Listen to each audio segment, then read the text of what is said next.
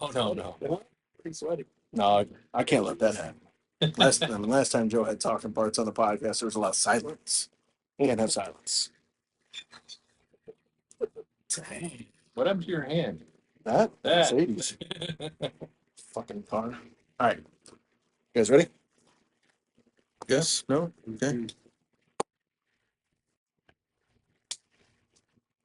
Comic hand later.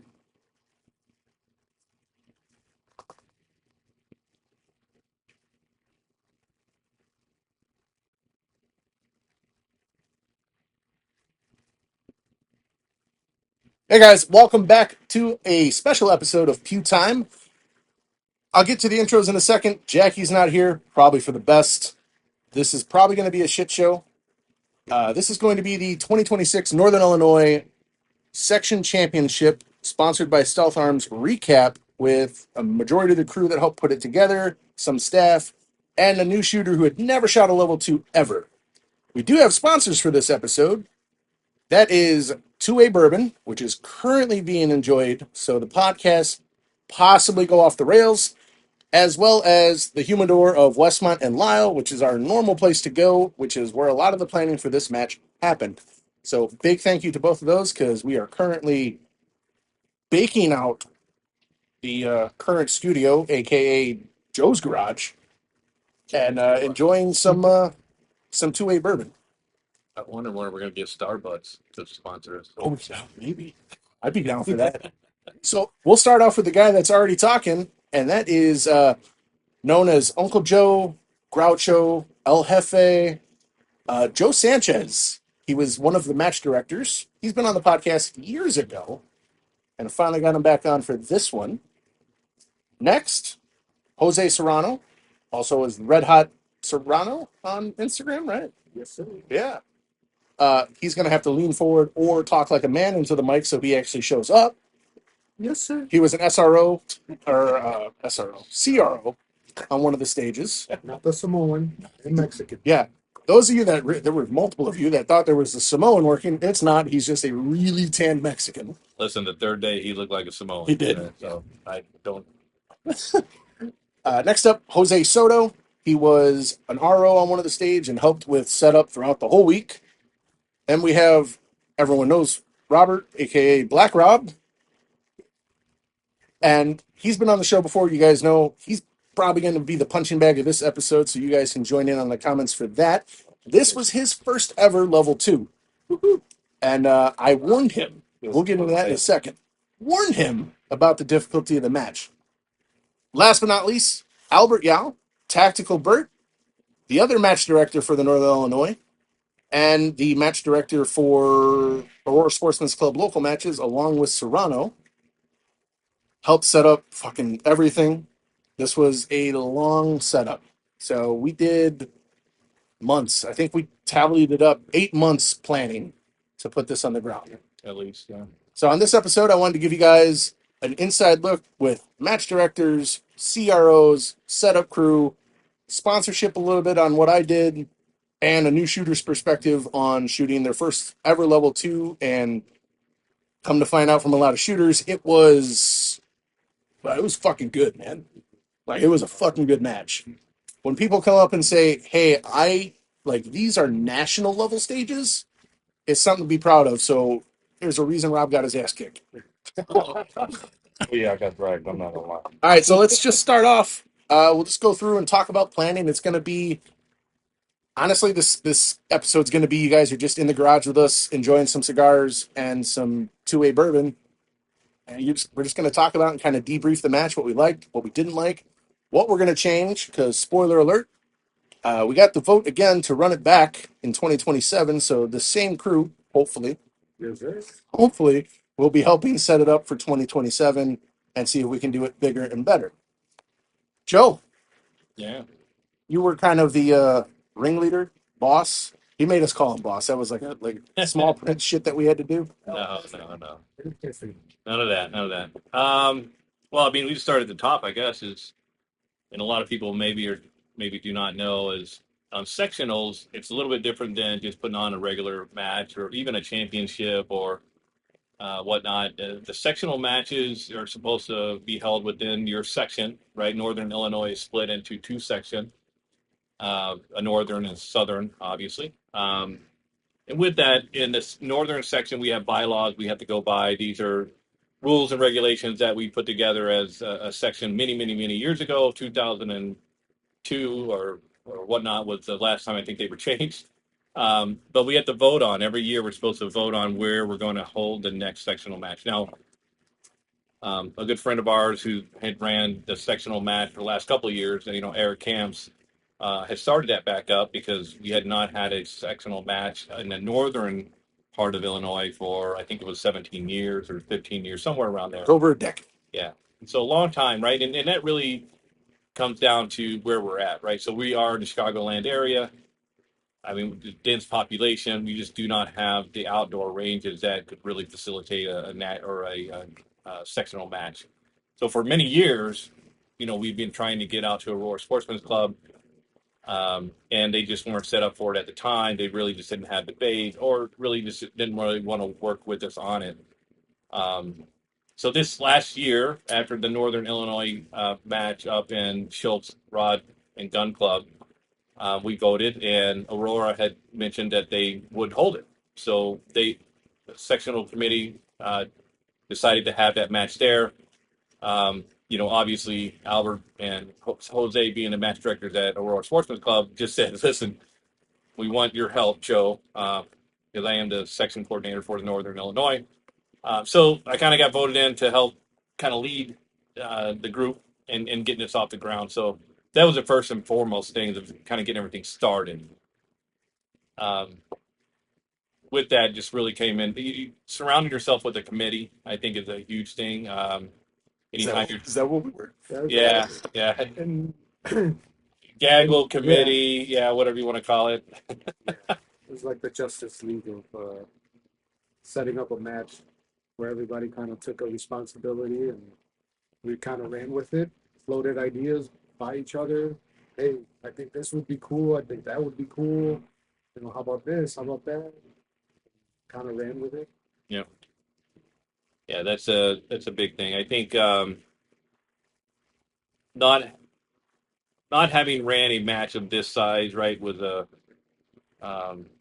difficult part of it. Is I went and talked to the Southern guys, Ryan Klaus and Jim Stilbaugh. I even talked to Leif Kunkel a little bit about it. He was so busy with running Area 5, didn't get a whole lot of information, from that way. But then even Manny from, Michigan, right? Just talking to anybody and everybody I could to like, hey, how are you putting together the financials on this? Because that was the biggest thing in the forefront is last July, we were tasked with coming up with a budget, right? And that's kind of hard when you really just don't know how everything's going to shake out. So I would say that our budget really came on par. It really, really was almost to the dollar, to be honest with you. But we did do that.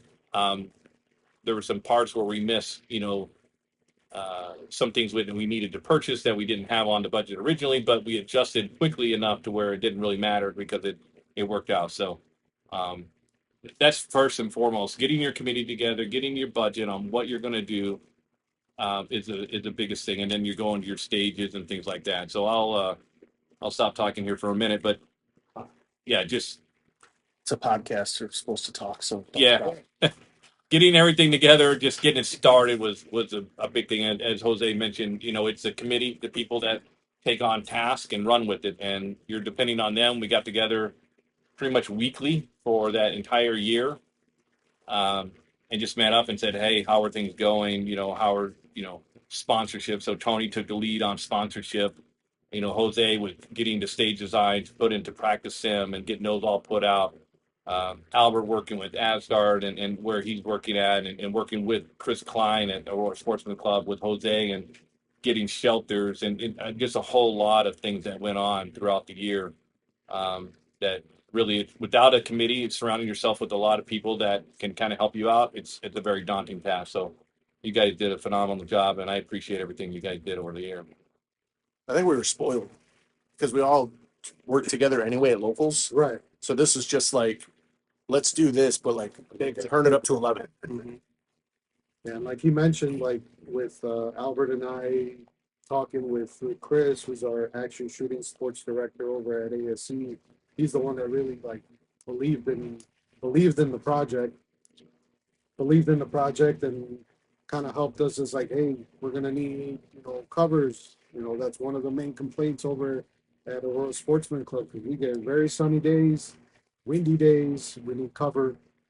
So he at the beginning, the whole cover situation was going to be for like 2027, maybe even 2028. So he did a good thing and uh, made the president actually help us out and get those covers done before the match, which was amazing. A lot of people enjoyed them. They were like, wow, these look great.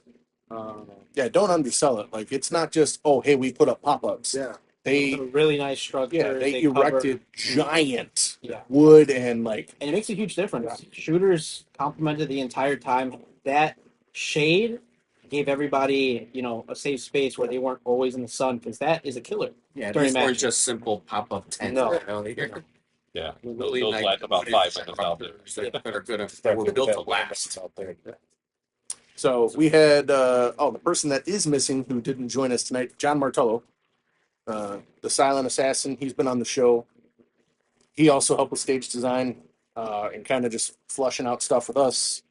A lot of proofreading. Actually, John was in charge of a lot Yeah, of John, proofreading. I read, yeah. And Eugene is not here, but he was also a big help in helping out flush stuff that didn't make sense, a lot of proofreading, and he handled the awesome website that we had. Most matches don't have dedicated websites. We did. And it was easy for people like, hey, where was the sign up? Just go to the website, bro. Everything's on there. Came in the clutch. Yeah, that's the unique thing about USPSA. We have people from all walks of life. IT people, web design, everything. Yeah, Eugene is web design. That helped out a lot. He does that for a living and really came through. So we spent a year planning, roughly. Yep. And it was about 30 days out where I kind of started getting daily calls and texts from Joe about Joe and I talked to all the guys separately outside of it because Albert was a separate sponsor with Asgard. I was dealing with a bunch of sponsors. I had sponsors that contacted Joe. Joe brought sponsors on, so I had to deal with people on the back end trying to wrangle sponsors together. And thank you to all the sponsors. I'm gonna list some of them. I'm gonna try and get all of them. I promise. If I forget, blame it on the bourbon. But we had Stealth Arms. We had Point One Tactics, Tier One Concealed.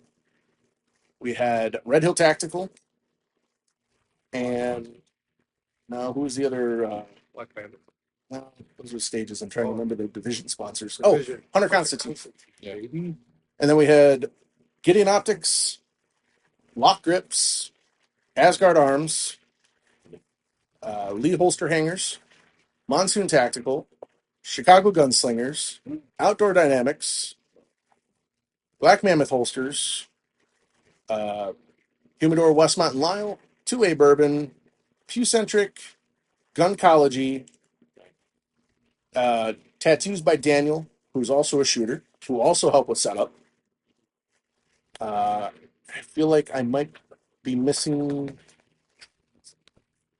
I'm drawing a blank on his name. Engraved Valor, who made the trophies. So Michael did, Challenges. did an awesome job. So if you guys want trophies that were as stellar as ours, good luck. But you can contact Michael. I'll have his little tag in the bottom if you want to reach out to him. And if I missed anyone else, Lee Target Pasters donated a shit ton of very important pasters because a call that we made early on because that range is cursed with getting rain all the time, even when it's not supposed to. Even when it's So he gave us how many 150,000. waterproof pasters? backed. Oh yeah, Black and back. they're the black backed ones, so Coke and dag kind of stuff. they're good, and they're 1 inch. They're not the tiny little Right. ones. Oh, Tim Heron Shooting, Hunter's HD Gold, and snap point. They do the snap caps, and then for lunch for the staff party, we had Big Matt's barbecue. So I think that's everyone. Yeah. Yeah. So all in all, our prize table totaled out to $35,000 in prizes, and we had over 300 shooters. We were guessing 250. Yeah. And we overshot that by a lot. Well, 250 paid. No, 300. No, it's 250 paid and it's 300 and I think. Oh yeah, 300 sponsors. with sponsors Yeah. and slots and things like that, and But we had OCRO. 325 sign up. Yeah, so it's 23, 25, something. Yeah. Like that. So 300 people. It was pretty good. That was for For a first finger.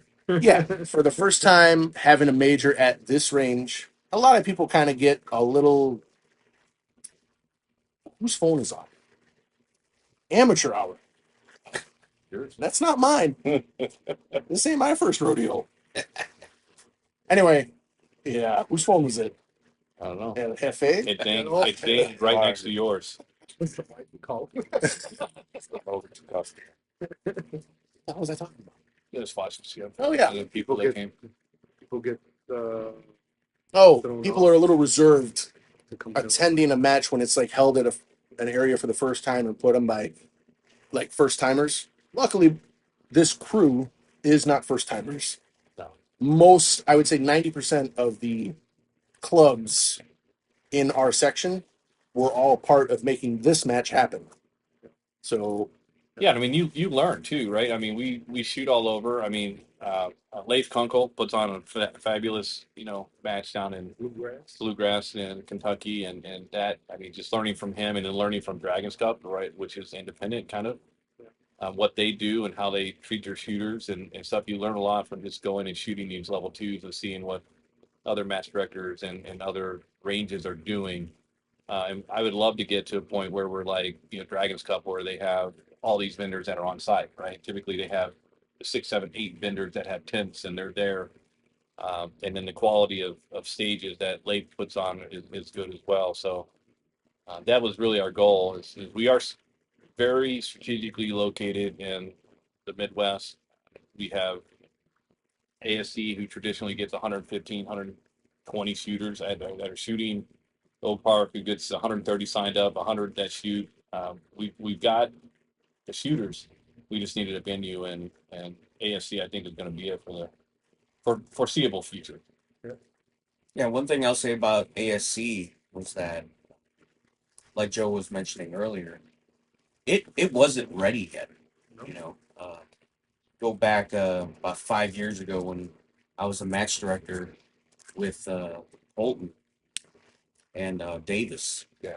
And we really had about 5 bays to work with. That was East Bays 1 through 5.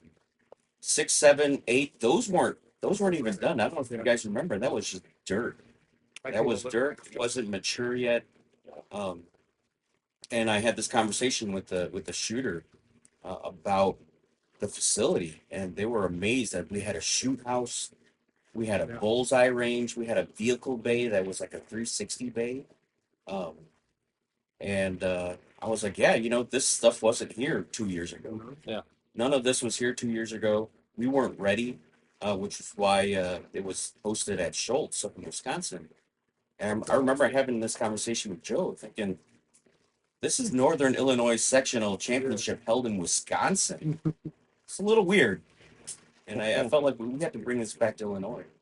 And it wasn't until ASC and a big part of the success of and the maturity of the range had to do with Chris Klein. Yeah. And I want to give props to Chris if he's listening to this. A lot of the maturity of the range as a facility had to do with him, Todd, Eric, and Callis, former presidents of the ASC, seeing the potential of the range, and and creating these bays that are all 180 degrees. No bricks on one side. It's not downrange shooting. It's a full grass berms on both sides. The maturity of that range made this, the perfect place to host a major. Yeah. And Yeah, looking ahead, we could probably do Area 5. No, we're definitely going to go there, right? I mean, that's the goal. There's right? going And to be 8 more bays Right. for a total of almost 19 bays So, available. so Todd Vandermeid, the president of ASE, took me for a ride, like I think Tuesday or Wednesday when we were setting Yeah, out. yeah. He kind of week off. commandeered me and took me for a ride on all what he's doing on the backside of Bay 8 there. The long run that Yeah. everybody has, right? On the On other side of that. On the north side of that is, I mean, they're building 3, 4, 50-yard bays there. They've got a 200-yard rifle bay. It's going to go right down the middle of that. Right. And then on the northern side of that, they're building another 4 or 5 as well. So, yeah, Area 5 is not going to be an issue. Nationals is where we want to go. But we'll talk more about that because I know Nationals is a little bit different. But at least area matches, championship matches. I mean, ASC is like top notch. Like you said, I mean, people come in all the time. They're like, "Man, this is awesome! You guys have an awesome facility," and it shows, like you said, what everybody's done in their memberships, right? It's not just ASC, president, vice president. It's the members that own that range that have to vote on this stuff, and And we're north of 3,000 members. yeah, and I mean, So phenomenal job. I used to be a member. I dropped it during COVID just because I couldn't get out there, but knowing what you guys have gone through in the last 10 years with the lead abatements and all this other stuff, assessments, you guys are on track now. I mean, what you've done not in the last 2 years, but in the last 5 years with building the 2 facilities. Yeah. That's huge, right? I mean, there's millions of dollars being spent on that range, so right. and it's showing. So this match definitely puts some money back in their pocketbook, and hopefully next year we'll do even better. It's gonna be hard to top, but it'll be it'll be better. Well, the money back is an important thing, but first, shout out to the members that don't even participate in USPSA. Yeah. They came to basically do grunt work. They helped us with setup. They were there if we needed help, staking the stuff down, building walls, painting walls, like the little shit that goes unnoticed but makes such a huge difference 100%.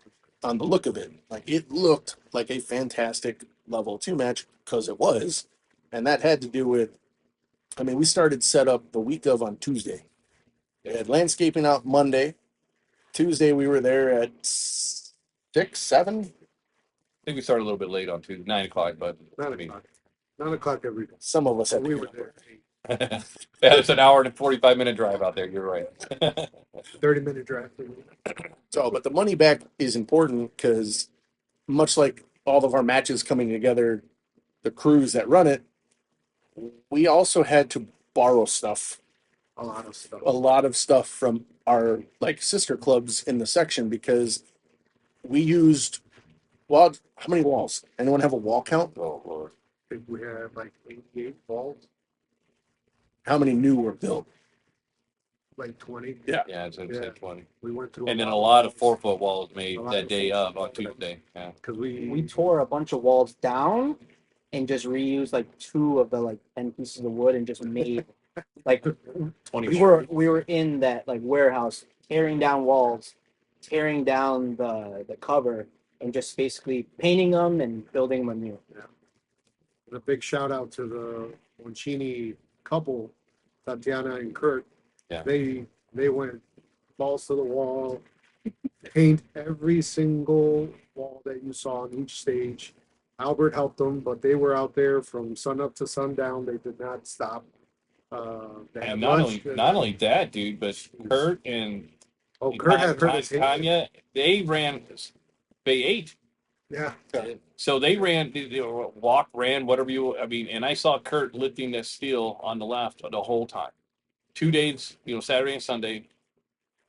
Yeah, phenomenal. And they did come to me and ask, hey, do you got someone else that can take it? And we just didn't have anybody. So they toughed it out, man. I mean, yeah, Kurt and Tatiana or Tanya, they did a phenomenal job. So And if there's anything, like anything shooting, they love it. Yeah. They've been down. I've seen some of their posts that they're down like at Springfield supporting our rights too. Oh yeah. Yeah, so they're big Yep. supporters. They love it. Tatiana's been doing the shooting out of a helicopter, hogs over there in Texas. So I mean, they were she's in. definitely gung ho. So they really do love the We're not talking 20-year-olds, right? No, we're I talking. mean, we're close to both retired. retired. they're both retired, so that's even Just more. came out, just really toughed it out and painted every single corner of every wall. Yeah. Yeah. Yeah. It was funny when I was working with them. They were like, the OCD in me does not allow this to happen. We got to paint this corner, every inch of this wall. And- It's got to and- be painted. And I would say they look phenomenally better, right? I mean, Oh yeah. Aesthetically, it looks because we had a mismatch of walls that were painted black, some that were brand new, that were clean, It's raw wood. Yeah. raw wood, right? And you guys going out and doing that. I mean, unnoticed to 90% of the people, but it made a phenomenal difference. I don't think it does. I don't think it is unnoticed. I think when people look at it subconsciously, it's like, holy shit, this is put together. Yeah. Like this, it doesn't look that like. Look at your match video from that match, and then look at your match video from a local. It's a big difference. It's a stark difference just in the the visual appearance of a stage. Local matches usually show up.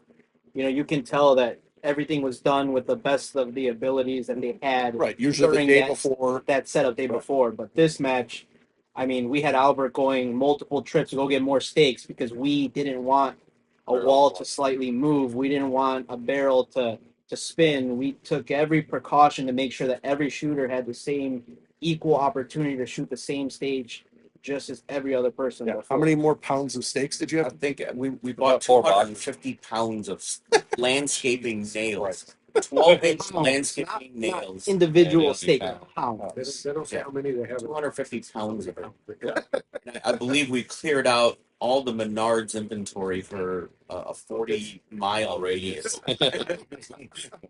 Well, and one guy we're forgetting, which I think you're going to have on later, was Russ and Joanne. But without those two, I mean, this wouldn't have been as good. And So Russ was the range master, and Joanne was the statistician. without those two, They were awesome. I mean, they were awesome. I mean, Hands Russ, down. from a range master perspective, I never thought that that range master would be out helping us put up walls. Right. And I mean, I had to take the hammer from him a couple times. Like, Russ, give me the hammer, dude. Like, Yeah. Not only putting down walls, staking. I mean, just phenomenal. Well, you can speak to this because I'm not actually certified. We'll get to Russ in a second. The other thank you was to our sister clubs. Yeah. We also had to borrow every single wall stand at Oak Park and all large steel. Thank you to Bart. Yeah, the large steel, yeah. The So ones that everybody hating on stage two. correct. All right, back to Russ. So for those of you that don't know, when the clock strikes 0 and match starts, Joe and Albert essentially become irrelevant as far as a match director for decision making. All of that falls on Russ. That is now Russ's job. It's Russ's ship. Yeah. So he's the person that has to make all the calls. He's got to make all the decisions, calibrations. He is the man. We're basically there. What do you need? Where do you need it? How high do you need us to jump? Yeah. And he did it. I mean, With no complaints. no complaints. He did it so smoothly. Like you never saw him. He was never freaked out. He was never stressed. He always had a smile. Like he handled it way better than I would have thought any range master would. Yeah. He actually reminded me a lot of Tom. Tom Palmer, Yeah. Mm. Like Cool as a cucumber. just chill. Like no, we'll work through it. Yeah. No, this is the call. Well, if you don't like this, like Peace town. I would be like okay. Not saying I didn't DQ at this match, but some people did. A lot. And like when Russ talked to you, like yeah, I'm okay with it. I get it. Yeah, thanks, man. I appreciate it. Like You think yeah, right? Don't worry about it. Let's keep moving. Yeah, I mean, back to the beginning of like what it takes to get this match going. You got to find a range master. Yeah. Right. I mean, you can't really hold a level 2 without a range master, and we've struggled in this northern section without a range master since Tom passed away. But we borrowed from Indiana, and last year, talking to Ryan and folks down south, they said, well, Russ Ozio is from your area. He's a range master. I'm like, really? So I actually walked up to him and Joanne when they were on, I think it was stage 8 or something like that, and said, "Listen, I'm trying to run, Northern Illinois sectional. I know you're out of Arizona sometime. You're out of Chicago sometime. Would you mind running?" He said, "No, absolutely, love to. You guys, we shoot up there. We'll be there." I mean, and from that day on, he was in, Yeah. and they didn't have to be here in Chicagoland at this time, but they adjusted their schedule and their time, and were there. Drove back and forth every day except for I think Thursday night, Friday night, Right. back home, like I was. So yeah, And that's an Thank added you. challenge if you want to run a level 2. Getting a range message, there's not that many of them. Like across the country, there's not a ton to pull from. Especially in our area. Yeah. So be friendly with the people that are range masters because you might need one. Yeah. Don't get on their bad side. Yeah. I mean, Bring them a cookie or two. they got to really know what they're doing too. I mean, just RMs. I mean, don't take it for granted. They do a lot. Or your for stats the people. sport. Yeah. Yeah. Think about like all the crap that all of us had to put up with setup. Not once did any one of us ever have to think about stats. Ever. Yep. Yeah. Never had to cross my mind. Actually, she helped me more than I probably helped her. Hey, what squad is this? How many are there? I need to know how many prizes we're bringing out. Like, she had all the answers. That was it. Well, we got to contribute a little bit to the matrix. We'll get to the Matrix in a second. And how important the Got to Matrix follow is. the matrix. But yeah, Joanne knocked that out of the park. She was fantastic. She organized the signing, sign in. Yep. Everything. Sign in, shirts, make registration, sure she all the took care of shirts all got of their- Yeah. Everything. She would Originally, I had kind of put like 3 or 4 people to do that job, and Joanne pretty much did it by herself. Both super hard workers. I mean, the entire match, Russ didn't sit down, even when he wasn't attending calls. He'd stop by every single stage. Hey, do you have any questions? Hey, do you need anything? Hey, can I get you anything? He at no point did he just sit in a cart and do nothing.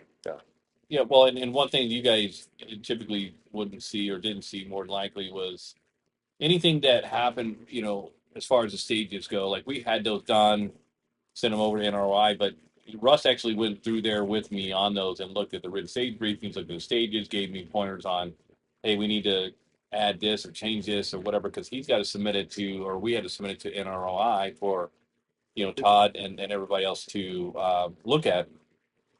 But he did that as well on his own time and before the match. But anyways, so you know, before all this happens, right? We've got to stages. You got to go through them. He read every one of the stages, looked at read stage briefings, gave pointers on that. Him and I went back and forth for like a week on touching this up or modifying this. Submitted them to Troy, and then even worked with Troy because he knows the RMs know what Troy's looking for, right? So we made sure that everything that we needed was in there, and it got approved. Um, so much so that Russ actually learned practice Sam in like one night, yeah. like how to use practice Sam. I was amazed because it's taken me. I still can't use it. Um, but yeah, even to the point where the day like we were setting up, he would come to me and be totally respectful. Like, hey Joe, I want to change this. Do you mind? And he's an RM. He can change whatever he wants, but he was respectful enough to say, hey, I value what you guys have done, what you put together. Do you mind changing this? And I'm like, yeah, no, I have no problem with that whatsoever. I see it. Let's modify that and make it happen.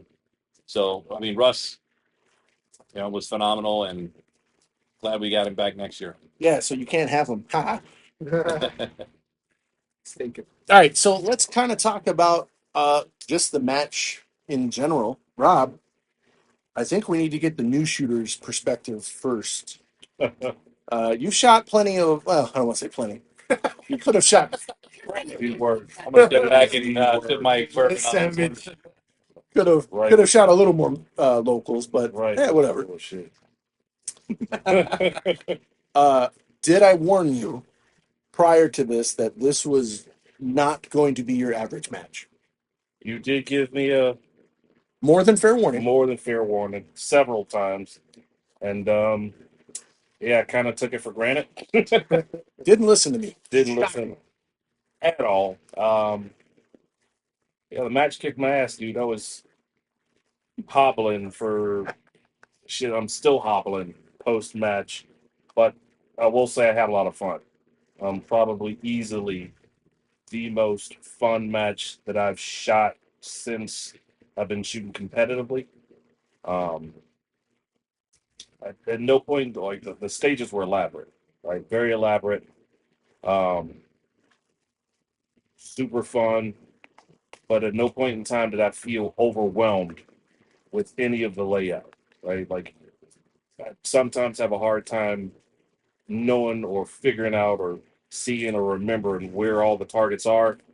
That didn't happen this match.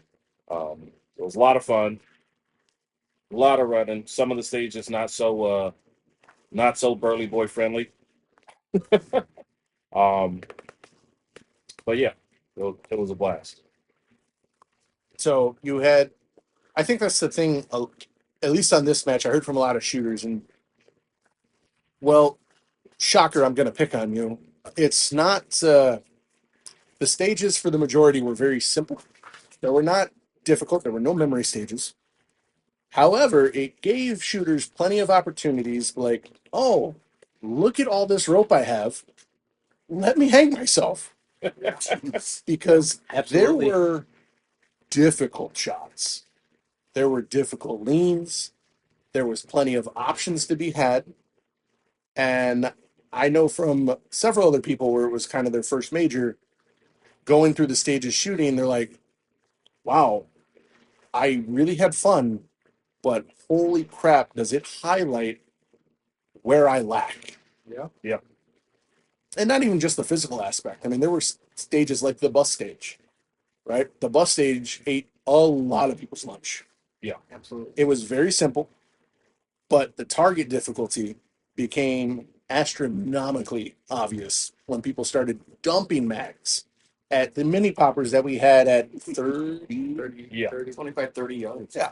That was Yeah. me. You're welcome, by the way. Yeah. Same, That was me. same. And I remember dumping 4 or 5 shots on one last popper, and I realized what had happened. Didn't realize until someone told me afterward. I think the RO jumped, and I shot staff day. right. So I think I had Lewis ROing me. As I jumped into the school bus, shot that went out the window. And I was shooting out through the back, and I'm wondering why and I'm aiming right on on the A zone. Lewis jumps onto the bus, and when he jumped onto the bus with me, Was rock.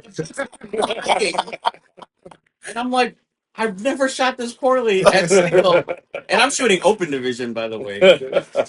Sub 2 pound trick. Yeah, some 2 pound triggers. I'm sending it. And I'm like, there's no way I'm missing this steal. It turns out the RO jumped on the bus and the suspension was kind of bouncing.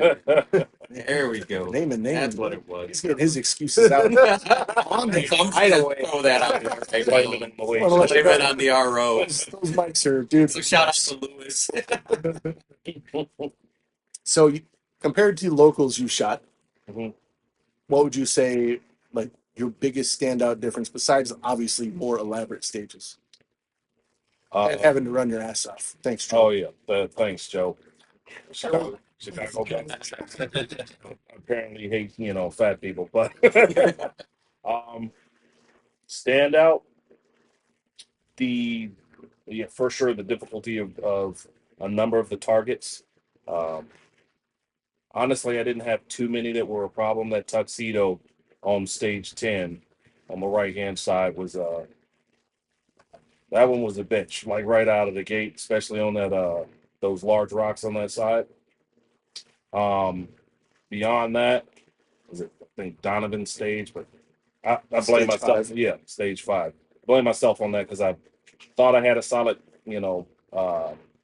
stage plan for that, and of course, being first shooter, and we were pressed for time. They were like, "All right, let's run it." I'm like, "All right, we're doing it live, I guess." We're not That's all funny. yet. I talked about that tuxedo Yeah. on the right side.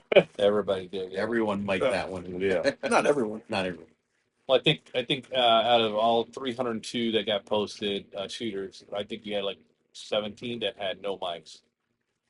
That's Everybody else had outstanding. mics. Yeah. You know what I mean? So it wasn't On that tuxedo. even about your class. It was that you were not really going to walk away from this match with no mics. So it's hilarious. We were talking on the car ride out here. Right. He's like, I had a goal for this match of shooting no mics. No And I was mics, like, no you shoot. really should have discussed this goal with me. Not a good goal.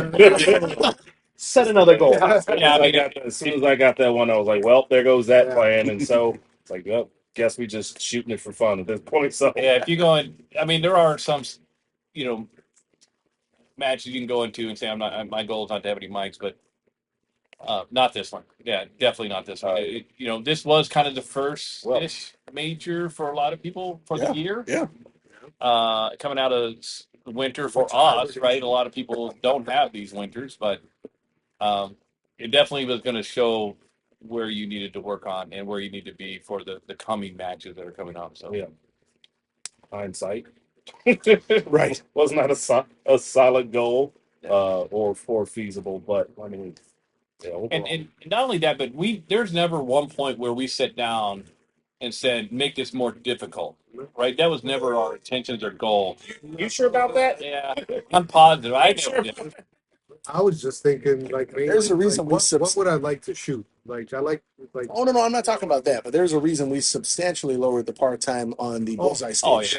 Well, that was and it different. wasn't because Oh, the yeah. GM shot it. It was No. because Yeah. we- No, we did we that ran it. Thursday. Yeah. we ran it as a mock, and we're like, 10 seconds, yeah, everybody's going to Yeah. shoot it. How can we make it We so walked it. We the no top guns. 10% Yeah. can actually complete it and maybe get all the shots off? Yeah. Yeah. 10 seconds was originally what we thought, you know, without having it set up, right? Because we had never had the chance to go and set it up. We didn't even know if that stage was going to be fruitful or work, Yeah. right? Until It like worked well. Tuesday, Yeah. Wednesday, Yeah. Thursday, right? We had to learn that whole system and how it worked and get the computer. We had to borrow a computer. We had a guy reprogram that, you know, the timer thing. We had to figure it out, you know, figure out what the delay was on a turn. You know, originally we had a left side start, right side start, but then, you know, we noticed that everything turned from right to left. So it would have given an unfair advantage for the people that started on the right. So we changed that. So nothing on that one was modified after Thursday. No. It was pretty much, you know, we handgunned it, you know, and I ran it like 5 or 6 times. Originally, I wanted 6 seconds, and then, you know, it was like, no, that's 6 seconds would have given everybody a chance to make it all the way through. No, 10 No, seconds. 10 seconds. Well, I mean, we went from 10 to 6 originally, and then To and eight. yeah, so we went 10, through, 10, 8. and we ran different times, and 5 just ended up being, you know, really the perfect time for everybody. 'Cause It's no fun in like going through every one of them, getting every shot. I mean, that's No. Technically 6. It was 6. It was That was 6 seconds. awesome to see all the videos, you know, like we had the top shooters, like, man, these guys are super fast, like blazing through, you know, even like, and that stage kind of got a lot of the, like, I want to say like B or A class or even M class shooters out of their like shell. Oh, it Like, opened get their them eyes. moving. Yeah. Like, hey, I can move this fast. I can't tell you how many I just people want to try to. in the you know? beginning were like, no one's shooting all these. I'm like, really? Because I got video of a lot of people shooting all of them. Yeah. right, where they hit them. All right. Yeah, whether landed Well, on that it was the or- other important part is we left the part-time number out of it. Right. Visual start, visual end. Because, you know, you set it at 5 and the delay is like 5.7 or whatever it is. So we left the time out of it, right? So it was really just when it moves, you start, and when it turns, you're You're in done. it, right? And that, again, was us working with Russ on that and getting that perfected. Yeah. So, for those of you that don't know, we should have done this in the beginning, but this stage was run on a national scale bullseye stage with turning targets, and we used 10 targets, right? 10 targets. With some walls in between, and we used the visual start of the target turning as your go. And once they disappeared, that was it. You were done. And it was a max point of 100 points. And yeah, It ate a lot of people's lunch. It was- Soft cover, no, it had no shoot. it had soft shoot through soft cover. Originally it was 28 rounds when I first. Yeah. But being the short, the medium course, I think, right? Yeah, standard. Standard. I'm gonna be honest, we were talking about bullseye, but I don't remember where we left off because Eugene has decided to join us late per usual. But he brought snacks. This is a podcast. You have to talk. They can't see you nod. Oh, right. Yes, I came late. With snacks. With snacks, With though, snacks. he gets a pass. Small pass. we were talking about how the stage wasn't just open targets. There were shoot through soft cover, and there were no shoots. So Yes. And Eugene was actually RO, part of the rotation for RO in that stage. Yep, that's correct. So how was some of the trials and tribulations of your time as an RO on that stage? I would say just organizing between or rotating between each of the positions. One person RO, one working the laptop, and the other being secondary RO. I mean, it worked out. About some of the shooters that were having a difficult time with the start. In your mind, was this a normal start for a lot of shooters? Did you see a lot of shooters struggle with? Was it visual? That's what I kind of saw. So, what were your thoughts? Before you start, I'll preface it and I'll give you a cop out so everyone knows that's listening. I'm pretty sure this is your first podcast. Yeah. Yeah. And he's a very quiet person by nature. very nice, shy, quiet. Yeah. Yes. So go ahead. Answer Joe's question, which was the same question I asked. You just decided to just ignore it. Let's see. What can I say? Some just a few people didn't understand visual start. How so? What was the lack of understanding? What was their what were they doing that proved that they didn't understand? So I made the make ready range command, and then gave the usual "Are you ready? Stand by." And then special to your stage was there was no timer. Correct. So you had to raise your arm, drop it to signal the control box guy to turn it. Correct. Yep. And then what did some unfortunate shooters do? Unfortunately, they just expected a beep, and they just were waiting. Despite the targets turning and facing them, they just stood there. They looked back, actually, looking at me for a beep. And unfortunately, the stage had begun for them, and they had 6 seconds to make their best run at the targets. To preface, this is a no audible beep. It is a strictly visual start. So when the targets are visually seen, they're supposed to start. You do not hear a beep. So I'm sure you guys can gather by his detailed description. When one of the shooters would have looked back at him for confirmation that they are indeed doing something incorrect, Eugene's silent look of going, well, I got nothing for you, bud. Proceed. Yeah. Was one Shooting.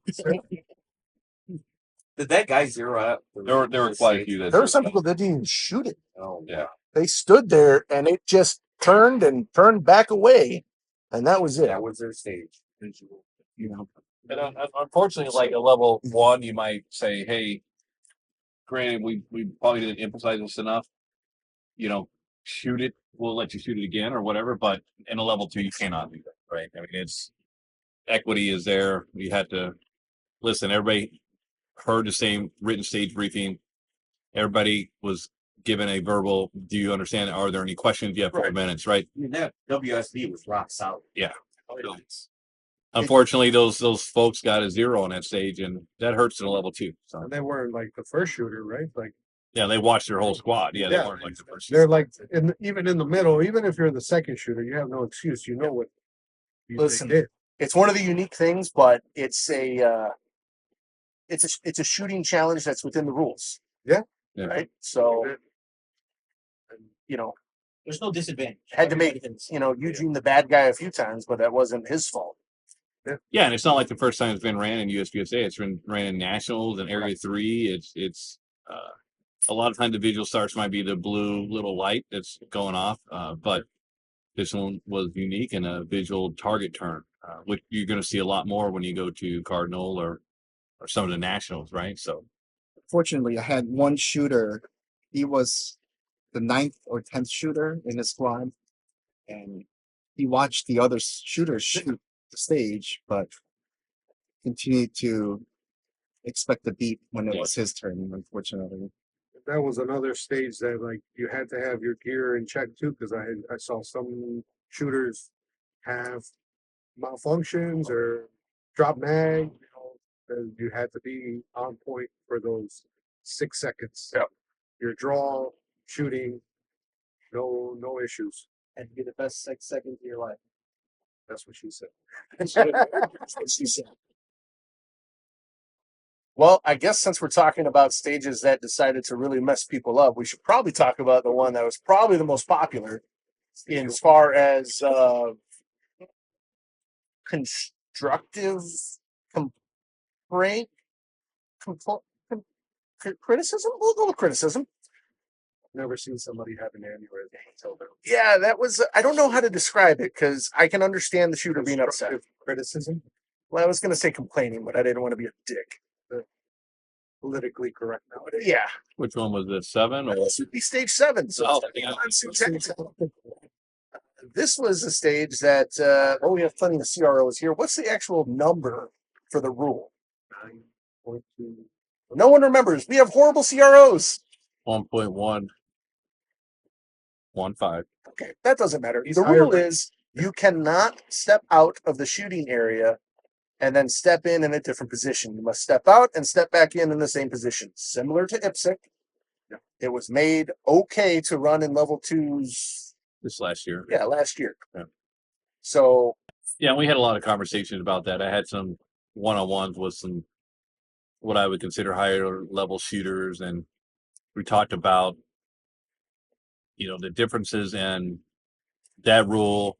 Why is that rule added? Should it be in USPSA? Should it not be? And well, hang on. Let's get to that in a second because that was after the fact. yeah, So the rule is there were some shooters. There was more than one. I think there was 2 that did step out in a certain area and received 10 plus procedurals.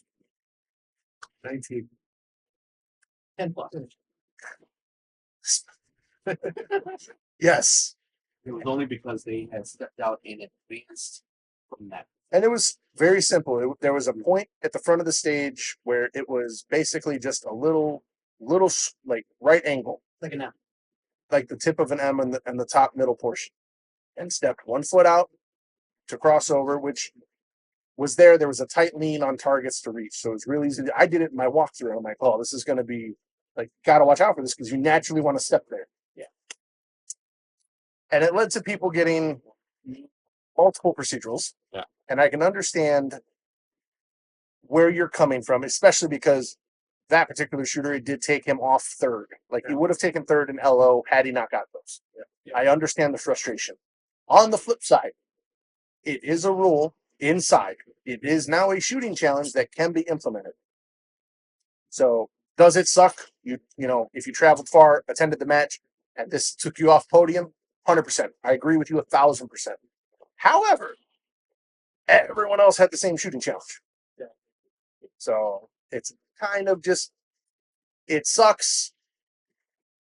Read the stage briefing, make sure of it. That's part of the game. Yeah. Watch your limbs. Watch your limbs. and it wasn't part of the original design, so it was added really because we ran out of walls and wall stands. So we originally had walls that were coming all the way back to where really wouldn't be an advantage for them to run across because they would end around 5 to 10 yards back. Right. But doing getting everything on the ground and getting walls up and getting stands up, and we just decided, well, we don't have enough to do that plus everything else, so we kind of took that out, and then we added that rule so that they would stay in bounds, not cut across the back side of it. So wasn't intentional. It just happened to be a rule that we use just to kind of enforce, people not running around the back. Right. Which it did do, because that change. I mean, you saw people that get to the stage early and they start doing their walkthrough, and everyone's doing their little, I'm going to run behind. Yeah. And they're like, hey, just so you know, you might want to pay attention to the stage briefing. Yeah.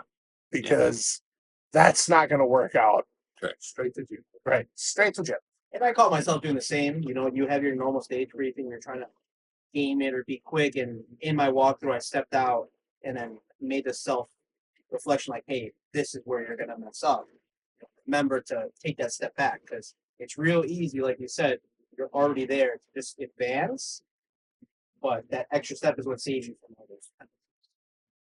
Like that whole stage, the fault lines were like always away from the windows, so it wasn't like, oh, we made it to be tricky or anything like that, right? Like the whole stage was already laid out, and then we're like, well, we need extra walls, and that's kind of where we're like, well, we can eliminate 3 walls back here and use them at a different stage. So it's like, well, we just want to prevent this cut through. Which we discussed at the beginning. We used every single stage or every single wall. Every single wall. So every single wall. And some, because we had to make some. What a fun stage. Sucked, but everybody, like you said, everybody had the same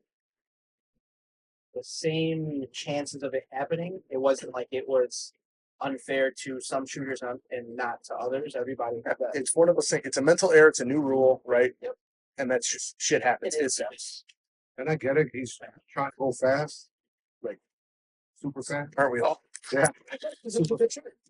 You know, but I guess the next stage we should talk about would be everyone's favorite stage, which would be stage 8, which would be the Chicago Gunslinger stage, also known as the 40-yard dash. The afterburner stage. So, Cardio stage. yeah, this. Well, I got news for you. For the people that shot this, it was 2 shooting boxes, rear box, 40 yards in between. Downrange, there was another box. It's substantially shrunk from what we originally had. Yes, sir. So you can thank whoever you need to thank. Actually, you can probably thank Russ, because I think Russ is the one that shortened it. Yeah, he asked me to move up the steel and the box. Yeah. No, I didn't have shit. I was there for one reason only, to make sure the bus fit everyone. That was my job. And just for context, like the left side, 2 big poppers were about 10 to 15 yards farther back. Yeah. And we noticed that because of the wind, our high wind at ASC, very notorious, kept blowing them down. So we decided to bring them up. And then that way, if there was a calibration call, Russ would be able to calibrate it at that distance. And then later on, we kind of made some additions to make sure that the wind did not keep blowing those down while there was a shooter shooting. So, but yeah, overall, a lot of people still had fun with it, and it tested a lot of people's endurance and cardio for the most part, you know? It did. But if you actually break it down, if you shoot that stage and then compare it stepwise to stage 5, Yeah. the step count is actually not that much greater. There's more dead time in 8, but stage 5, which was Point 1 Tactics and Tier 1 stage, was massive. It was. That was a massive shooting stage. And kudos to him because he came and set it up. Yeah, shout out Donovan. He not only helped bring on a ton of sponsors and helping with prizes, he came out to set up his own stage. He brought all his own stuff. Yeah. He said, "Hey, where do you need me?" Pointed him, all your stuff's there. He's like, "Cool." Threw on his radio. Next thing I know, half the stage is built. Yeah. It was awesome. Thank you. At the end of the Yeah. day, he just needed like the swinger. I think that's about the only thing in the sticks, just to see where the swinger ended up or Yeah. how it was swinging. But man, I've never seen anything like that. You know, in that Yeah. respect. It was a very well put together stage. To do it all by yourself, I mean, he was taping wall corners so the ROs can clearly see if it was a through and through wall hit with duct tape. I mean, it was. Oh, and I guess we should also thank you, Donovan, for the help. Donovan also designed that stage. Yeah. So clearly, Well designed stage. yeah, he knows what he's doing. And It's a fun stage. I mean, I'll say it here because we've already talked about it. Donovan will be back next year, so I'm sure he'll be designing one more stage for 2027. So be on the lookout for that. Oh yeah. Yeah, we didn't. Well, when he first submitted it, I think we only modified a couple things on the right hand side, and submitted it. Yeah, but it was rock solid. Which ended up being actually his vision for the stage, anyways. Once he put it on the ground. Yeah. Yeah, he thinks about everything. He likes options, and I think I saw it ran like, 3 or 4 different ways. Yeah. Really. So, great shooters challenge on that stage. Yeah, did you hear that, Harrison? Options. Just kidding, buddy. Love you.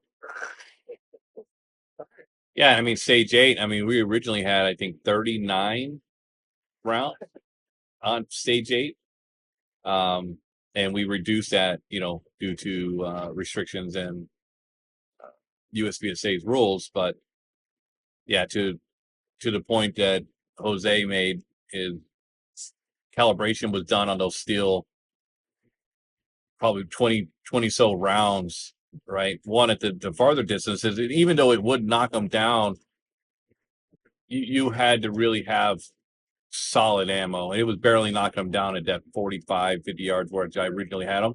So we moved them up a good 20 yards. And then, Friday being really, really windy, we had to put out a couple of wind blockers, which are those little, barrels.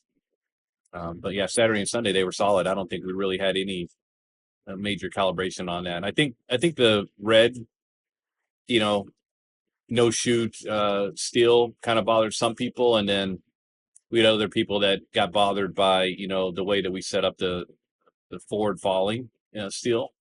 But again, we checked with the manufacturer of those steel and absolutely said, yeah, there's no problem with the way that steel was set up. Could there have been, an edge hit that maybe didn't make those steel fall? Possibly, which we did have one of those, but I think that was the only conflicting, issue we had with, people were like, I get an edge hit on that one, didn't knock it down. It's like, well, we calibrated and worked, all 302 other shooters. So, Well, no issues with it. I guess we'll talk about it now. Like, no match will ever be perfect, ever. Right? There's always going to be a challenge. There's going to be a hiccup. There's going to be something that kind of messes up the flow. Yeah. Popper setup. Like, there's always going to be something. Yeah. We had very minimal, but there's always going to be something. There's going to be certain CROs that don't know how to read a matrix. Yeah, for sure. Listen. Please talk. My guys were working hard at the shoot house. This is true. Okay. Hard. I just wanted a little extra lunch. How are you going to blame me? The man with the shade on the 100% of the stage wanted Shade, cool breeze. Yeah. Well, I'm dyslexic a little bit. Okay. I misread the matrix, and then I confirmed it with, I think, another dyslexic person, and we agreed. So you're saying 2 wrongs do in fact don't make a right? Correct. Okay. But at the end of the day, Russ was like, well, he's going to have to power through it. Well, you didn't leave us any other choice. They were eating lunch. What are we going to say? Drop your big meats and go back to the stage and shoot it? Yeah, so we apologize for those that had an hour and a half lunch. But we got them through. We had a good time. Yeah. They had a good time. They did. I think everybody loved the shoot house. I mean, I didn't hear any negatives on that one. They loved the shoot house. I thought it would be a little cheesy, but I mean, it ended up being a really good stage. I think what really surprised people at the shoot house is everyone thinks shoot house, everything's going to be fast and hosey. And then when they do the walkthrough and they're like, I feel like I'm missing 2. I'm like, yeah, there's 2 targets out the window that are 30 yards away. Yeah. I'm like, holy shit. Oh, she just slow down. Yeah. A lot of these big ranges, they don't have a shoot house. They don't have the luxury of having a big overhead steel and iron building to enclose something like this. And something I ran through with a lot of my stages is people just complimenting are just so excited to have the presence of a shoot house because they're like, wow, I can't get this back home, whether it's, a 10 target, with the 30-yard. It's always cool to go through a door. Yeah. Always cool. And for those that have shot nationals in the past, back when it was at Universal for years, a staple at nationals used to always be, you always had a stage. Shannon always set a stage up in the shoot house. Yep. It was a staple. So it was kind of cool. Joe and I have shot down at Universal a couple times. Yep. And it was really cool to be able to bring that to Chicago. Like the shooting challenge, obviously, on that one was like keeping the 180. Like I was the one outrolling everything. No, but you did a solid job. And it was just surprising to me how like I didn't have one single DQ on it. So that was awesome. But at the same time, everybody kind of went super safe, like keeping the 180 awesome, even going like super fast. Like some of the top guys, they were like super fast, but man, that one kept 180. And then it was also surprising, like there's not a lot of targets there, but they had a couple of FTSAs, some people missing like complete roof. When you walk into a shoot house that is completely There's no black roof. with walls and you've never done it before, it's like, oh shit. Yeah. And I will say it was painstaking. We went through that stage a lot of ideas on how to do it, how to keep the RO safe, like how to make sure the shooter knows which direction where they can and can't go. Yeah, you guys had it. You guys had it nailed down. And I will say for ROs that taking points. So Jose was CRO on the stage. You take control of the stage. If you guys don't know, usually ROs switch during stages. They'll switch jobs. They'll run a tablet, they'll run a timer, they'll have a spotter, and they kind of rotate as squads go by. Jose didn't do that with his team on that stage at all. Weekend, everyone had one job. You ran timer, you ran tablet, you reset the far targets, you reset the steel. That was your job. And it ran like clockwork. 100% would have been if you could read a matrix. But other than that, it ran like clockwork. So let's go. Let's see what people think of this roundtable. I have some inside knowledge, and actually, so will the listeners, because the podcast before this with Eric, he gave me his opinion on what our theme was for the match. What would you say the theme of shooting challenge wise? Not like, oh, hey, there were clowns. Like, what was the theme of the match? Like, what shooting skill did it really test you on? Aside from you not snagging your shirt, but Honestly, there was so much going on that I was processing what the overall theme was. All it sort of go fast, don't suck, I guess. well, it'll become apparent in a second once you hear from the rest of us, and you're gonna be like, yeah, no, that tracks. Robert, what do you think? For me, this match was about, with the exception of maybe 2 or 3 stages, it was finding your stage plan and executing, right? Like I said, with the exception of 2 or 3 where you can only run it one way, see the top shooters shoot it that way. There really was no other option. Vehicle bay, the shoot house, you only ran in that one direction. Everything else, I mean, in my squad alone, we had a couple masters, a couple of A class, one GM. I saw some of these stages run 4, 5 different ways, right? So it was finding the stage plan that worked for you as a righty, as a lefty, and as a PCC shooter or a pistol shooter, and executing it the way that you know the best, right? So that's how it was for me. I agree. And the stage plans were vast on every stage I saw. Yeah, I didn't see the shoe house and the vehicle. Yes, you start in one spot, you end up in the other. It's pretty straightforward. But the rest of them, I agree that there was many different so many different people running different ways. You got to remember your targets. Yeah. Be a shame if you forgot it. Eugene, what do you think the theme was? I would say there were no stages that had extremely high hit factors, so you really have to stage plan effectively, and like Albert had said, you have to execute to your skill level and just perform as well as you can. Yeah, Jojo. Oh, I'm not the best one to ask. I only shot about 6 stages, but I think it gave everybody options, and you had to shoot to your ability, capabilities, and there were technical shots, and you could take them at different positions, or you could have taken them closer. It really depended on what you thought, right, and how you could, attack the stage. So I think it was well rounded. So I think like shot calling, mostly testing everybody's skill. A lot of hard targets, a lot of hard partials, a lot of hard partials. That was done in post show. Throttle control as well, right? You had some far targets and then you had some close targets. Uh, really testing everybody's either mental game and or like physical ability. Yeah. You know, get into this tough leans, explode it to the next position, you know, position your body in a way that, okay, I'm ready for this shot, but I also want to be ready for the next shot right away without having to move my feet. You know, a lot of footwork and shot calling, I think was yeah, blending positions was very it was just like that was I guess some of the part of the design stage. Like we were looking at a lot of them were done here, you know, oh, this would be a fun stage. Okay, cool.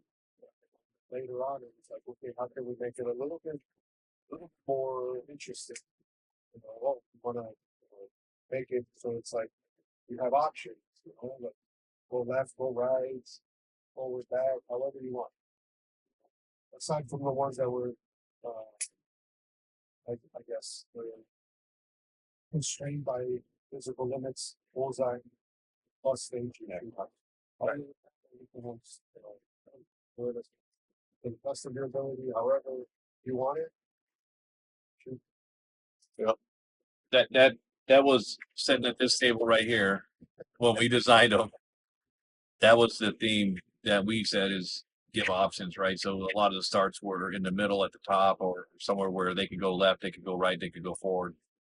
That was kind of the goal, right? To give people you run it any way you want, right? And it rewarded people. It you know, there were some positions. I know John and I shot a stage a little bit different, and it completely eliminated a position for us. But you had to be comfortable taking a 25-yard head box only. So I'm trying something. Is that fair? I'm going to say it on air. I succeeded. Martello, 50%. But we did the fastest one. You did the fastest one. Soto, what'd you think the theme was?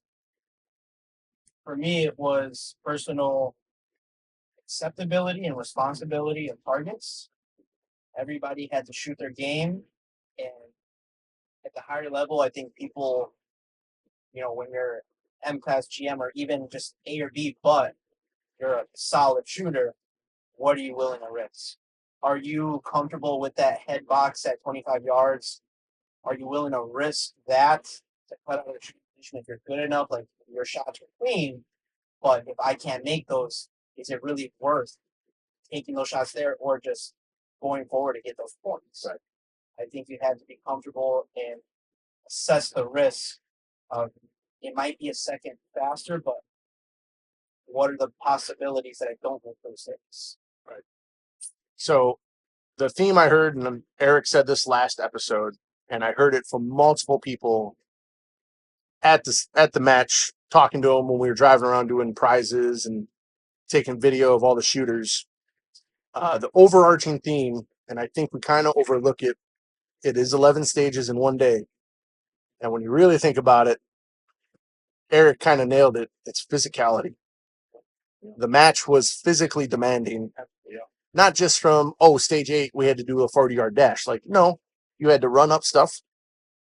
You had to do a lot of quick direction changes. There was a lot of recovering ground that you already ran on.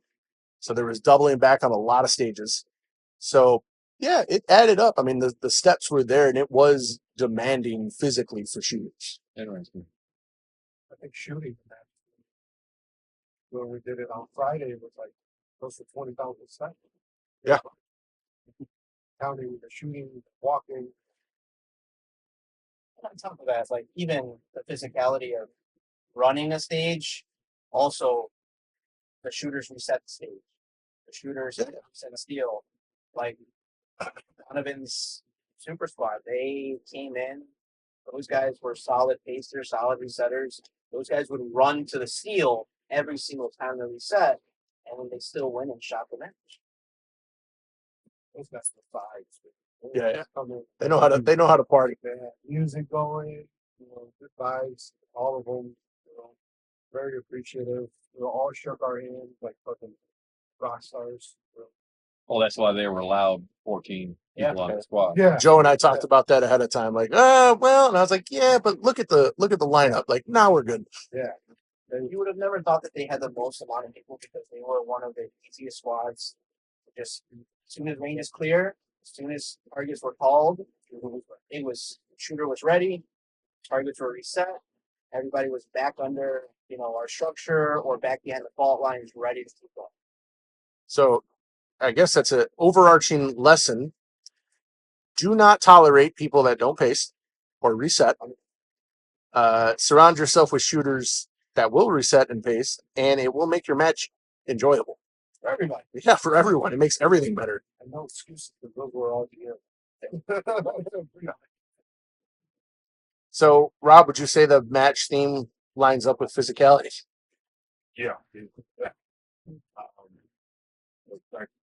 Shit, I called you. It's the only time you've called me directly after a match. Probably 20 minutes after I left driving, I go to call you. Didn't pick up right away. I just figured, you're still shooting. You had work to do. You finally get back to me. I'm like, dude, my kneecaps are falling off. But like, this shit is. It was bananas. A couple times throughout the night after the match, legs locked up. Like, I'm gonna trying to get to sleep. It's midnight.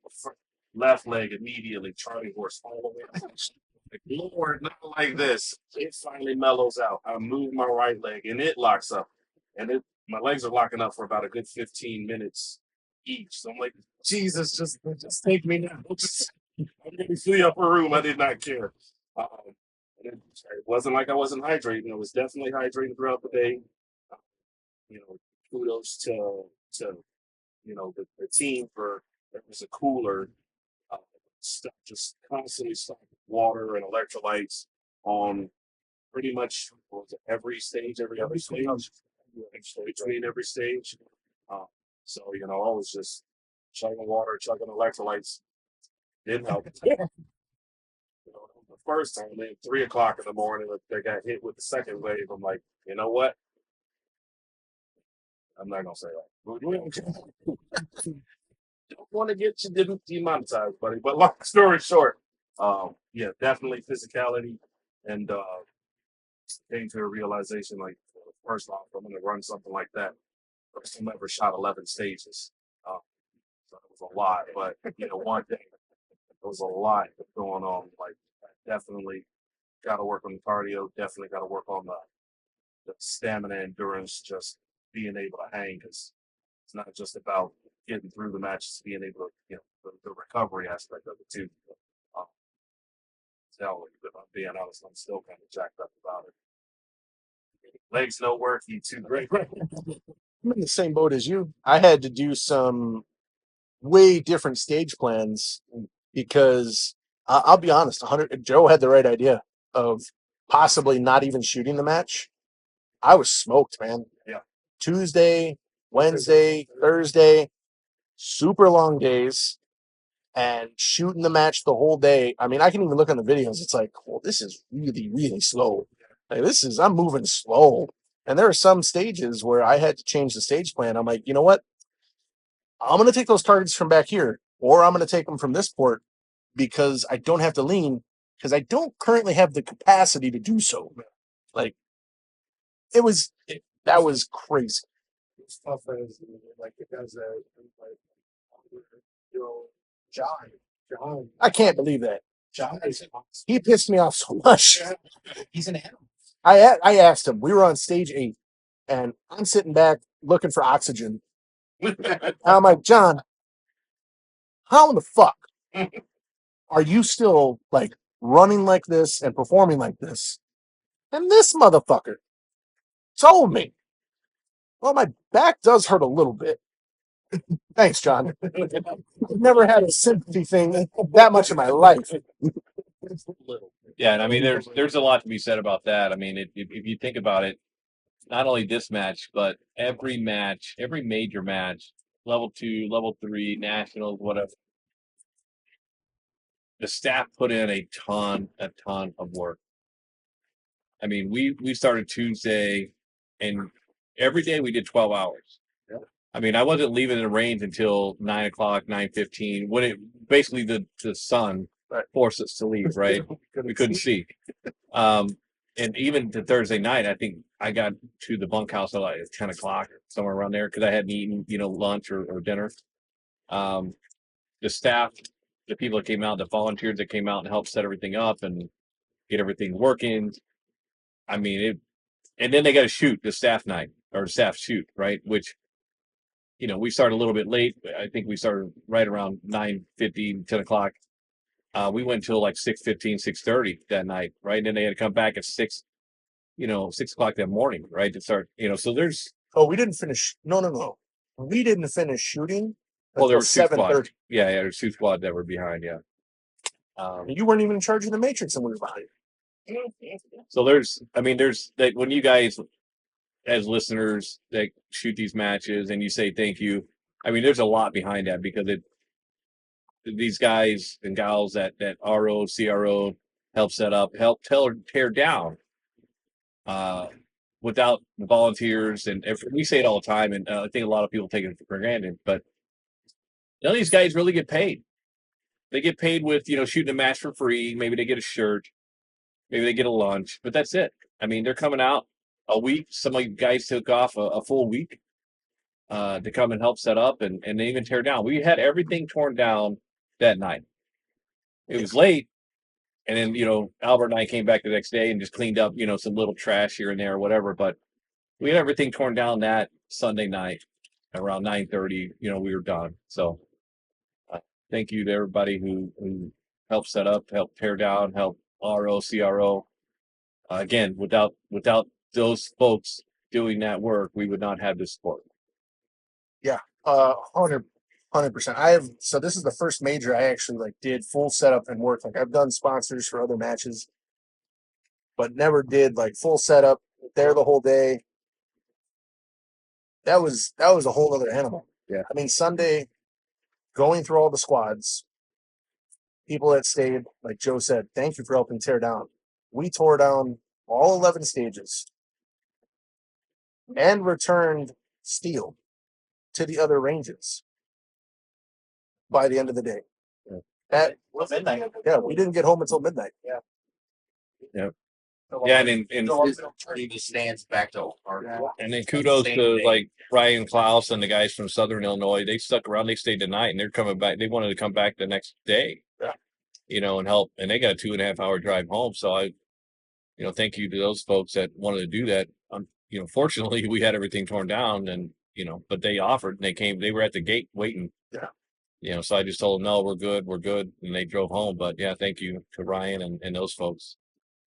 So at the end of the day, this was easily the most work I've ever done for USPSA.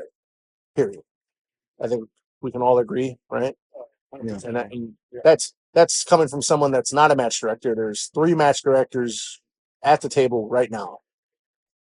Clearly the most work. But I will tell you, and I can't remember if Eric mentioned it last podcast. Eric was talking to me about it, and he said he learned a lesson from Tom Palmer when he started taking over and running matches. Because at the end of a major, there's a moment in time where you kind of get this alleviation and almost euphoric feeling of that was a lot of work, but holy fuck was it worth it. And I thought he was bullshitting me because we talked about it privately. I'm like, oh yeah, I can see why it'd be worth it. But honestly, it was smoking a cigar to drop the steel off. I just had the cruise control set, no music, and I was like, man, seeing the shooters having a blast, seeing the sponsors react to stuff put up while the match is going on, seeing the staff having a good time, it was so rewarding. All the 8 months that we did it, the long nights, the headaches, man, it really became worth it. It was easily some of the most fun I've had in USPSA, shooting and not shooting, Yeah. of doing it. And that's why when we got the vote, I was like, it was two-sided. It was, holy shit, We got to do it. we got to do it again. But on the other side, it was like, holy shit, we get to do it again. So I don't know. I'm excited for it. I'm really happy you guys came out and shot the match, and everyone had a blast, and the feedback was amazing. Did you guys have that feeling? Because I thought, honestly, I thought Eric was just being his typical like stoic self and telling me that, and it coming from Palmer just made it all more like I could see Palmer saying that, and then I felt it. And I'm like, oh yeah, no, I get it. For me, Yeah, I do. for me, it was we were finishing tearing down. I personally did a lot of bitching while I was tearing down. Yeah, but you're one of those guys like you'll bitch, but the work gets done. The work gets done. So that's okay. And at the end, Those bitches are acceptable. we closed the Connex boxes. Everybody was leaving. We all just sat there right outside of the door on an old file cabinet. Just took a breath and we're like, it's done. It's done. And it was, the smile came back, the bitching lessened. I was like, Well, you didn't have to put steel back with him. The bitching continued when we got to the next race. like a 10-minute boost of energy and then it was back. It still was close to home. Well, I think for me it was gave you the feels a little warm and fuzzies in the eyes and nose area when you get all the feedback and you get the videos, YouTube, you get the the little Instagram excerpts and things that people said, this is an awesome match, and that's accumulation of, like you said, 8-9 months of us just meeting up and talking, and I think about 3 or 4 days before the match actually started, I kind of got a little nervous, like, oh shit, man, this is like happening, like, yeah, it's like, holy crap, man, this is, you know, you know, what could go wrong, right? But we had worked out everything we could, over the 8-9 months, and we had an awesome range master, we had an awesome venue. Tony, for you, I mean, going through all the sponsors for 8-9 months, collecting money and working with them in and out every day, and getting all that stuff, that was huge as well. So you did a crap ton of work. I mean, just setting up the banners. I mean, we thought we had enough of everything. When we talked over 8 months, it was like, hey, do we have enough walls? Do we have enough wall stands? And it was like, yeah, dude, we're good. We're good. We got tons of walls. We got tons of wall stands and T-posts. Yeah, we got tons of. Yeah, we ran out of everything. So what did they tell you? They're like, oh no, we have a metric ton of Yeah, T-points. exactly. And yeah, I we were was like, you got any more? yeah.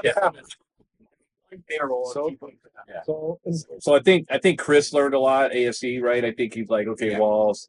They call us little prima donnas a little bit, because they shoot, PRS and they two gun and they do things, Hold on. Chris is a different type of animal because he also runs the cornfield crucible. Yeah. 10K while shooting. Full kit. Oh yeah. No, you got to carry all your yeah. shit. That's a different type of cycle. Yeah. So, it's a about different animal, right? He's allowed to call me. Yeah. He did a tactical shoot, so. Yeah. But it is a different animal, right? And we know the shooters, we know the USPSA, family, and we shoot enough level 2, 7, 8 a year, so we kind of see what's going on in the, all the matches. So yeah, I mean, we only got more rungs on the ladder to crawl and climb up to be better. I mean, like I said, this area has the range, it has the people. It's got to make it happen. Well, I hate to be the bearer of bad news. Seeing as it's already June, that means we only have 11 months. Yeah.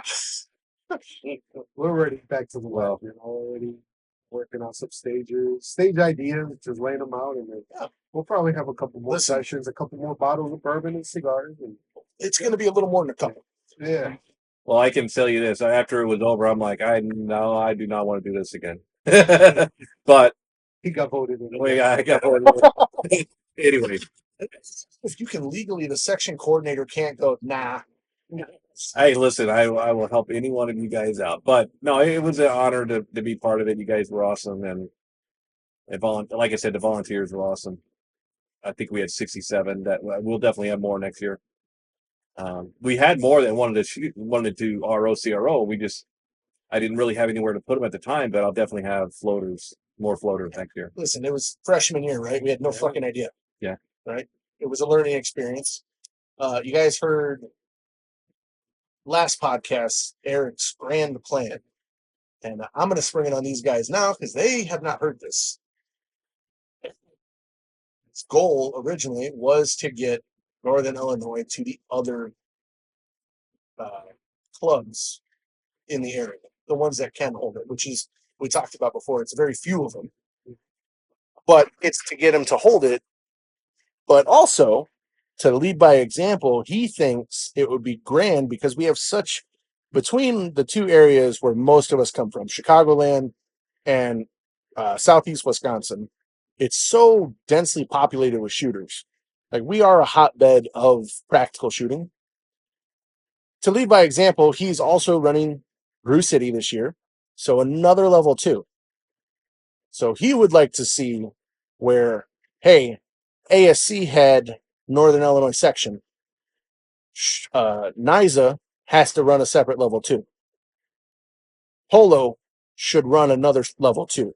So in our immediate area, we have 3 level 2s that we could shoot in our section alone. So if another club gets voted to move the section to, say, Polo, Northern Illinois or ASC would still host a level 2. It just would not be the section championship, which I'm down for. Like that, like being able to sleep in your own bed and shoot a level 2 is like next level, like bouginess, and I'm all for it. Yeah.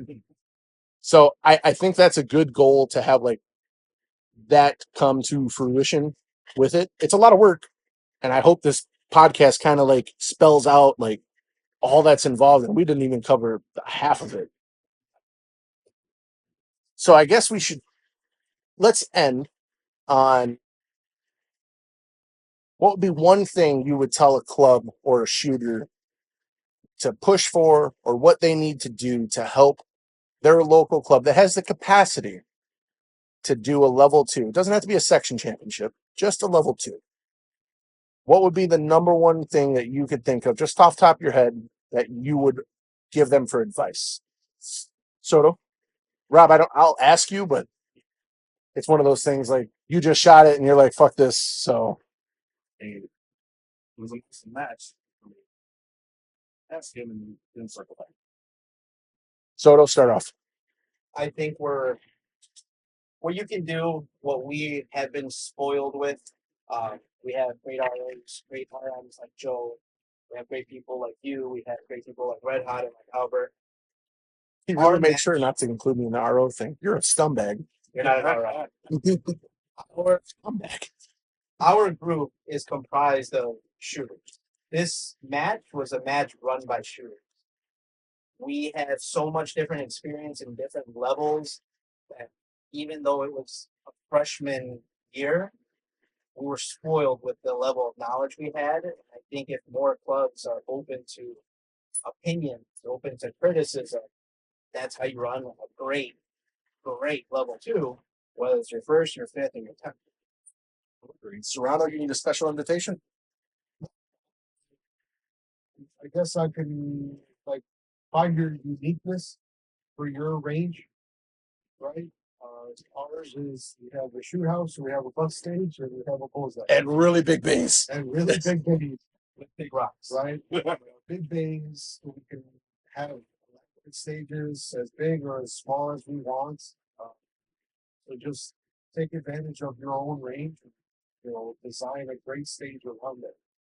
Southern does a great job with some of their like outlawing stages, the boomerang stage, they do some great stages down there. Bluegrass, they have great bays, different style bays too. So they design around there and just find your flavor. Hopefully we continue our flavor out here and have fun with it and bring more shooters out and hopefully they'll enjoy it and put on a good match.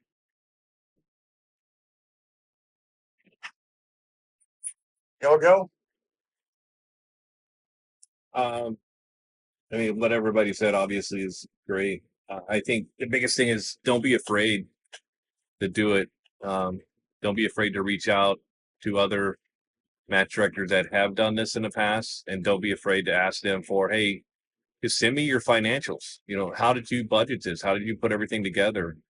Just you don't have to have numbers. Just give me an idea of what you tabulated for targets and pasters and walls and wall stands and ROs, CROs, because that's the majority of this is everything you don't see when you're on the stage is how did that all accumulate, right? How did it all come together? And then with that, put together a really good committee of folks that you can lean on and rely on to do their job, right? So we had people that were, focused on stage design. We had people that were focused on going out and getting sponsorship. We had people that were reaching out and talking to top level shooters and getting those folks to come out and really just don't be afraid to reach out and use the community because again, USPSA is a very forthcoming community of people that have a lot of knowledge, and none of them are going to tell you, I can't help you. They may be busy, but they will help you. So don't be afraid to just do it. Huge. Well, as a freshly minted RO this year,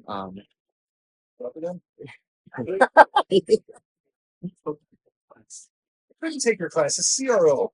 Decisions were made and you didn't make the right ones. Anyway, you can tell us your thoughts. well, yeah, I would say just with my limited experience as a RO, just supporting your match director in whatever capacity you can really goes a long way, and don't be afraid to just jump in and learn and stumble a bit, but you'll learn from those small mistakes. It'll only make your skill set better, um, and just think of ways you could add value to the club that you support or your match director. Just volunteering your time, your experience, your effort really helps out. And Eugene being a little himself, right?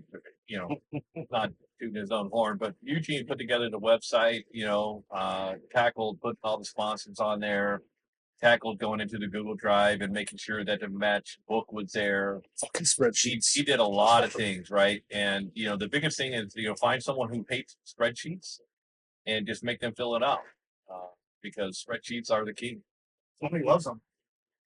I don't know if love is the word I would use. Kept us organized. Goddamn 11 months. And we're gonna do it again, Tony. So watch out. Tony loves spreadsheets as much as Red Hot loves matrices. That's a fair assessment. Albert, Yeah. Kind of piggybacking off of Joe here. I specifically remember a week after shooting 2025 Nizer, I reached out to Eric Camps and asked him, for his spreadsheets, his financials, and he was willing to share right away. And so the collaboration between match directors and range masters, especially in the northern Illinois section, we need to have that. We need to have that open communication and sharing the info if we want to do a level 2 at every range or at the ranges that can reach it. One other thing I wanted to bring up was also just growing the sport, right? And just looking around at this table that we have here, we got a couple match directors here. But I think a couple of us here have only been shooting for maybe 3 years or less. Yeah, under 5. Okay, and some of us here have been shooting for more than 5 now. Yeah, a lot more than 5. And so I match direct at ASC and also at a non USPSA club called the Moose, and my Moose guys have all been shooting for under a year, and just growing that passion for USPSA is what I love doing, with new shooters. I'm also an FFL at a store as well. I get folks that come in and go, "Hey, I've seen your videos. I'd like to try this." And ASC is the first place I point them towards. It's a great entry level match, and that's the reason why we've grown it to be such a big match. We max out and we get about 20 to 30 on the wait list, and that's after maxing out at 112 squads, 115, 7 squads of 16 we've had. And so growing the sport means you get people who are just passionate about the sport and willing to help and willing to get to the next level and become ROs and become CROs. And so you got people who are willing to stay and help tear down and show up early, the first one's there and the last one's leave. Right. So growing the sport with people who love it and want to dedicate their time into it. That's what I love doing. That's what I love about the sport. That's why I continue doing it. But I think having that support network is very important. I mean, if some of these clubs want to, run a level 2, but there's only, 10% of the people doing 90% of the work, that's not going to work. You need more people. You need, like you said, Joe, we had 60 on staff, and we want to grow that even more. Got to have the people. You got to have the people, the manpower, people who are willing to get dirty and paint walls, and nail down every barrel. We didn't have a single barrel that wasn't nailed down. We didn't have a single barrel that blew over though. Exactly. Yeah. So it was just a well-run, well-executed match, and every stage had, everything looked over. We probably looked over every piece of equipment 3 times before we started even doing, debugging the stages. So yeah, having the right people to stand behind the match directors uh, is key, right? And building up the sport with new, fresh faces that are willing to help. 100%. And I'll say one thing before Tony jumps in here is we had a lot of people from all over the U.S. I mean, Canada, Yeah, folks, California, my guys coming in. but well, some of Canada wants to be the U.S., but that being said, Canada, California, Nebraska, the Carolinas, North and South. I mean, Kentucky, they drove Detroit. Some of those folks that I talked to, first time ever shooting a match, a level 2 match, and they came down from Detroit and said, absolutely 100% we're coming back. So it's not just running level 2; it's running a well-oiled, well-ran level 2 that really going to make the difference. And I think ASC we really pulled it off this year. Yeah. Rob, you got anything? Yeah, I will say as a shooter, um, just speaking from where I'm sitting now, I would say 2 shooters. Like, you take the time to get into this sport. It's something that you enjoy. Make the time, if you can, to take that next step and support the guys that make this stuff possible, right? Because without the support, it goes nowhere. Like, you need to do faces, like Albert said, and just building the sport, having passion for you, just getting involved with the matches, becoming an RO, assistant CRO. No, I didn't mean just shots across the bow. Motherfuckers. I'm just saying in general, just getting involved. There's people from all walks of life that get into this, and then you get to learn from those people as well, right? The guys that build those covers. I mean, that's carpentry. So you get to learn different skills,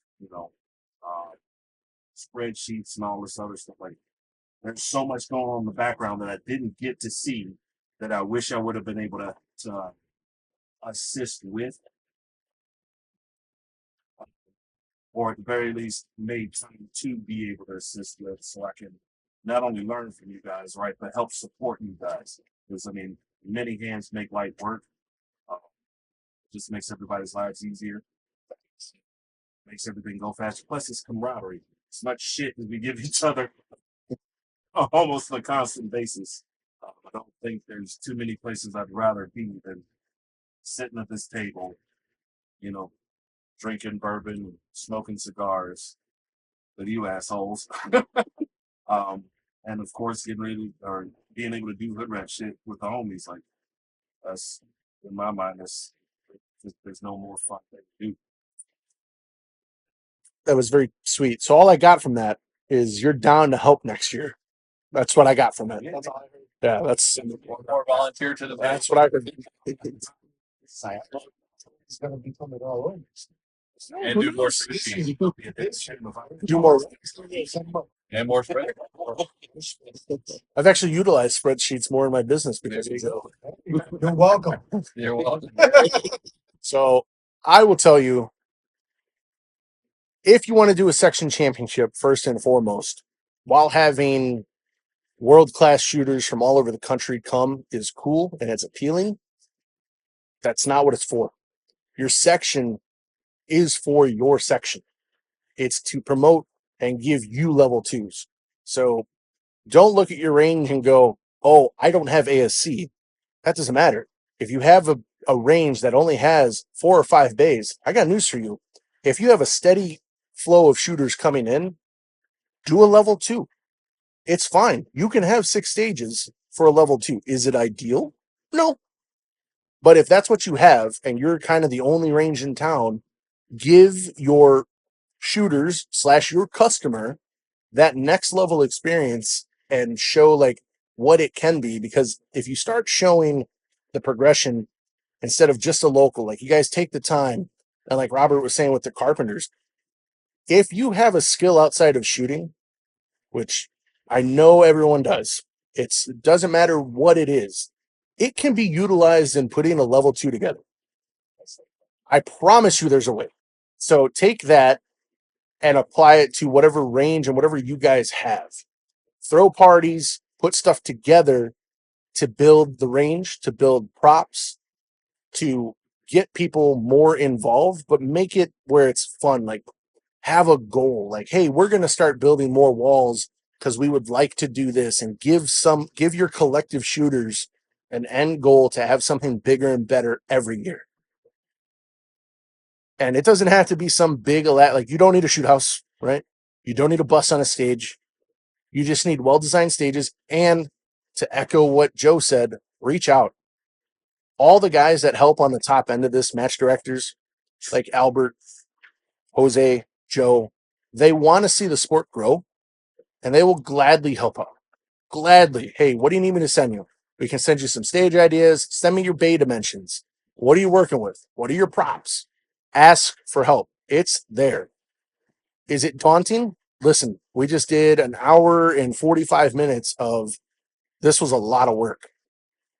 But I promise you, it's going to be worth it, and it'll kind of make, whether it's your kickoff match of the year like it was for us, or it's your end of the year like, hey, we're going to do this big final hurrah, and this is our big one for the year. Give something to work towards, and the match will be a blast. And then you'll start to attract other people. Maybe you'll have other ranges pop up and go, hey, we have this private range that we don't allow this stuff at yet, but we're interested. It's something that we could possibly think about having here. And you'll start to open up other ranges that you didn't know were around you that are like, this is really cool. So that's it, guys. I know it was only a small glimpse, but thank you guys for joining in on the podcast, because I know it's a lot, especially to get together and twist your arms to come out and enjoy some good liquor and some cigars, but horrible. Right. Once again, thank you to all the sponsors for the Northern Illinois section match. We really couldn't have done it without you. You made it as big and as beautiful and grand as it was. Expect a call from me soon. for 2027. Half of you have signed up, so I thank you already. You've made my job that much easier. And again, thank you for this podcast. This episode sponsored 2A Bourbon. Appreciate it. Bottle number 2 has already started. Bottle 1's gone. And thank you again to the Humidor in Lisle and Westmont. It's our normal place. We're there all the time. And it was so awesome for you guys to come out and take care of the staff for cigars and make it a little less stressful for us. Yeah. Right. So you guys know what to do. It's at Laugh and Load on all the social medias. Questions, comments, concerns, CCC, pewtimepodcast@gmail.com.